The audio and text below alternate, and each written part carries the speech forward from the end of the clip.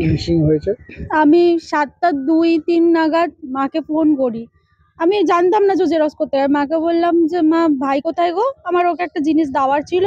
তাই আজ আমার বাড়িতে যেতে বলতাম বা আমার বরকে পাঠাতাম। তার জন্যই ফোন করি।" তো মা বলছে, "ভাই তো জেরক্স করতে গেছে।" আমি বলছি, "ফোন নিয়ে গেছে?" বলছে, "না।" আমি বলছি, "কালকে পরীক্ষা, আজকে ওর কিসের জেরক্স?" মা বলল যে, "ওর তো বাংলা বলল যে পুরো প্রিপারেশন রয়েছে, হয়তো অন্য কোনো সাবজেক্টের জেরক্স করতে গেছে।" এই বলেছে। তারপরে যখন আমার বর আসে, বাবার সাথে কথা-টথা বলে, মানে ওই একটা খাবার দেওয়ার জন্য ওকে আরকি ফোন করতে যাচ্ছিলাম। তারপর আমার বর আসে, আমার বাবার সাথে কথা-টথা বলে। তো তখন ও 7:30 পৌনে 8টা নাগাদ মানে 8টা নাগাদই আমার বর আমাকে ফোন করে বলছে, "আমি তোমাদের বাড়িতেই এখনো বসে আছি। কিন্তু জানো তো তোমার ভাই এখনো বাড়িতে আসেনি।" বলছি, "এখনো বাড়িতে আসেনি জেরক্স করতে গিয়ে?" তা আমি বলছি, "দেখো তো যেই দোকানে জেরক্স করেছে সেখানে যাও।" যে জেরক্স দোকানে গেছে, গিয়ে জিজ্ঞেস করেছে আমার বর, বলছে, "হ্যাঁ, জেরক্স করে গেছে। 7টার সময় এসেছিল, 2টো কপি জেরক্স করেছে। মানে একটা খাতার 2টো পেজ জেরক্স করেছে। জেরক্স করে ও চলে গেছে।" কোথায় যেতে পারে মনে করছেন আপনি? আমি তো সেটাই বুঝে পাচ্ছি না। জেরক্স করে তো ও বাড়ির দিকেই আসছিল। তাহলে আমাদের বাড়িতে না ঢুকে ও সোজা যেই রাস্তা ধরে ও পড়তে যায়, যেই রাস্তা ধরে ও স্কুল যায়, সেই রাস্তা ধরে ও কেন চলে গেল? সেটা তো পরে আমরা সিসিটিভি ফুটেজে দেখি যে ওখান দিয়ে সোজা চলে যাচ্ছে। কি ও পরে হালিশহর রামপ্রসাদ বিদ্যাপীঠে। কোন জায়গাটা ওর সিট পড়েছিল ওর পরীক্ষা? বাগমোড় মল্লিকবাগ স্কুলে সিট পড়েছিল পরীক্ষার। মল্লিকবাগ হাই স্কুল। কি চাইছেন এই মুহূর্তে দাঁড়িয়ে? এই মুহূর্তে আমি চাইছি, ভাই যদি ও কোথাও গিয়ে থাকে তাহলে তুই যদি দেখতে পাস ভাই তুই ফিরে আয়। আর যদি কেউ ওকে আটকে রাখে, তার কাছে একটাই রিকোয়েস্ট, আমার ভাইটাকে তোমরা ফিরিয়ে দাও। কেউ যদি আটকে রাখে, কারণ পরীক্ষার আগের দিন সেই ছেলে যে মাধ্যমিক এর টেস্টে 530 নাম্বার পায়, যার প্রিপারেশন ভালো, সে কি করে হঠাৎ করে পরীক্ষার আগের দিন চলে যাবে? আর যদি সে কোথাও যাওয়ার হয় বা কিছু, তাহলে সে মিথ্যা কথা বললে, মানে জেরক্স করার নাম করে তো বেরিয়ে যেত। জেরক্স তো করতো না, সে তো জেরক্সটা তো করেছে। সে তো জেরক্স করেছে। ও কি কম্পিটিটর ছিল?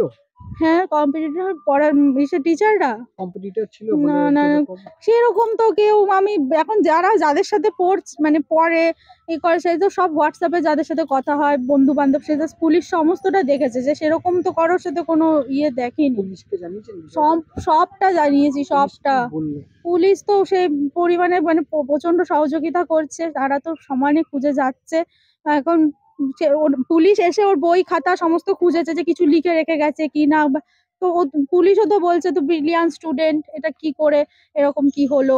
পুলিশরাও তো হতবাক। এখন পুলিশের কাছে, প্রশাসনের কাছে আমার একটাই রিকোয়েস্ট, আমার ভাইটাকে তাড়াতাড়ি খুঁজে দাও। সুস্থ সবল অবস্থায় আমার ভাইটা যেন ঘরে ফিরে আসে। আপনার নাম? আমার নাম অনিরিয়া দাস। মাধ্যমিক পরীক্ষা সোমবারে, রবিবার দিন সন্ধ্যে 7টার সময় সে চলে যায় জেরক্স করতে। মায়ের থেকে টাকা নিয়ে 10 টাকা নিয়ে জেরক্স করতে যায়। কি জিজ্ঞেস করতে গেছিল? কোনো কপি জেরক্স করতে গেছিল। ওর মা জানে, আমি বাড়িতে ছিলাম না তখন। তা গেছে, আমি তারপরেই বাড়ি চলে এসেছি। এবার বাড়ি চলে এসে দিয়েছি, ও কোথায় গেছে? জেরক্স করতে গেছে। তো জেরক্স করে যখন 7:30 বেজে যায়, 7টায় গেছে, 7:30 বেজে যায়, তখন মনের মধ্যে একটা হলো যে কি ব্যাপার, ওর ঢুকছে না। এই করে করে আমার জামাই ছিল, জামাই বলে ঠিক আছে আর আধ ঘন্টা দেখো, আসতে পারে, হয়তো কোনো জায়গায় আটকে আছে বা কোনো।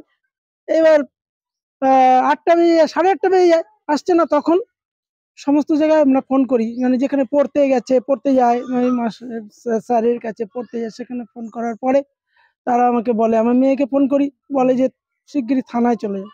তারপরে থানায় গিয়ে সমস্ত কিছু আমরা জানিয়েছি, তারাও এসছে। কি মনে হচ্ছে আপনার? মনে হচ্ছে আর কি, যে স্টুডেন্ট তো ভালো স্টুডেন্ট, ফার্স্ট সেকেন্ড থার্ডের স্টুডেন্ট, সেই স্টুডেন্ট তো পড়াশোনা যথেষ্ট হয়েছে, প্রিপেয়ার্ড, যথেষ্ট পড়াশোনা খুব হয়েছে, কোনো অসুবিধা নেই। কিন্তু সে পরীক্ষায় বসতে পারলো না। তার কারণ আমাদের একটাই মনে ধারণা হচ্ছে যে হয়তো ও ভালো পড়াশোনা করে এবং ভালো রেজাল্ট করবে, এই জন্য হয়তো কোনো কেউ তাকে হয়তো আটকে রেখেছে, পরীক্ষা দিতে দেবে না, এরকম। আটকে রাখার এই কথাটা আপনার মাথায় এলো কোথা থেকে? আটকে রাখতে পারে? ওই যখন সে জেরক্স করে আর বাড়ির দিকে ঢুকলো না, এই রাস্তা দিয়ে ওইদিকে চলে গেল, হয়তো কেউ রাস্তা দিয়ে গেছে? এই আমাদের এই পাশের রাস্তা দিয়ে, মনসা মন্দির থেকে জেরক্স করে এসে এই রাস্তা দিয়ে এইখানে ঢুকবে কোথায়, ও ওইদিকে বেরিয়ে গেল। নিশ্চয়ই কারো কোনো কথায় বা কেউ ওইদিকে বেরিয়ে গেল, সেটা কে দেখেছে? সেটা সিসিটিভি ফুটেজে। ওর সাথে কেউ ছিল না, ও একাই না, ছিল ওর তখন? সঙ্গে কেউ ছিল না, এটা ঠিক, কিন্তু ও একাই বেরিয়ে যাচ্ছে। আগে আগে পরে কেউ হয়তো কোনো আগে গেছে, ফোন করেছে কিনা তারপরে হয়তো ওই যে জেরক্সটা করলো, ওই জেরক্সটা কি তাকে দিতে গেল, সে হয়তো বলতে পারে যে আমাকে জেরক্সটা দিয়ে নিয়ে তুই আয়, জেরক্সটা এরকম মতো হতে পারে। এইটাই ধারণা, অনেক কিছু মনে ধারণা আসছে। কি চাইছেন আপনারা? এখন চাইছি ছেলেটা যাতে সুস্থ অবস্থায় যেন হাতে আসুক, বাড়িতে ফিরে আসুক, এইটাই তো, তাছাড়া আর কি চাওয়া যায়। আপনার নাম? আমার নাম অমল সরকার, আপনি কে হন? আমি ওর বাবা।